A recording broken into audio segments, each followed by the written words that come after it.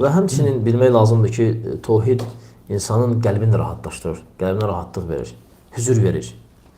Yəni, tövhidi olan insan nəyinsə sıxıntısını keçirmir. Ona görə fikir versəz, Yaqub aleyhissalama, o vaxt ki, qardaşları Yusifin yalan xəbərini, yəni yalan ölüm xəbərini gətirdilər və Yusifin qana yəni qana batmış bir köynək gətirdilər və dedilər ki, Yusifi canavar yiyib, sən bizə onsuz da iman eləməyəcəksən. Yəni, sən bizi yəni təsdiqləməyəcəksən.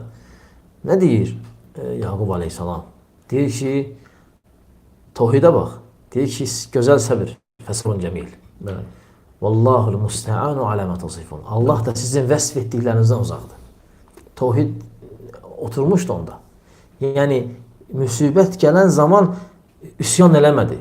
Qəlbi rahatıdır.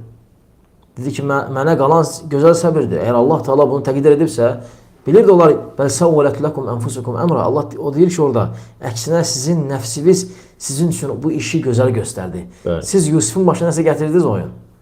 Lakin fəsabrun cəmil. Amma mən gözəl səbir edəcəm. Bu nəyin səmərəsi idi? Bu tövhidin səmərəsi idi. Tövhid insanda bərqərar olandan sonra, qəlbində təqrir olandan sonra insan itirdiyinə üzülmür. Gələndə də sevinmir. Ümumiyyətlə, bu müminin halıdır. Ümumiyyətlə, tövhid əhli, səhv eləmirəmsə, Şeyx Fovzan, Salih Fovzan buyurur ki, insan nə zaman bilir ki, tövhidin yüksək yerinə çatıb, o gələndə sevinmir, gedəndə üzülmür. Gələndə sabitdir. Gələndə bilir ki, Allahdan daha hasansı da ala bilər.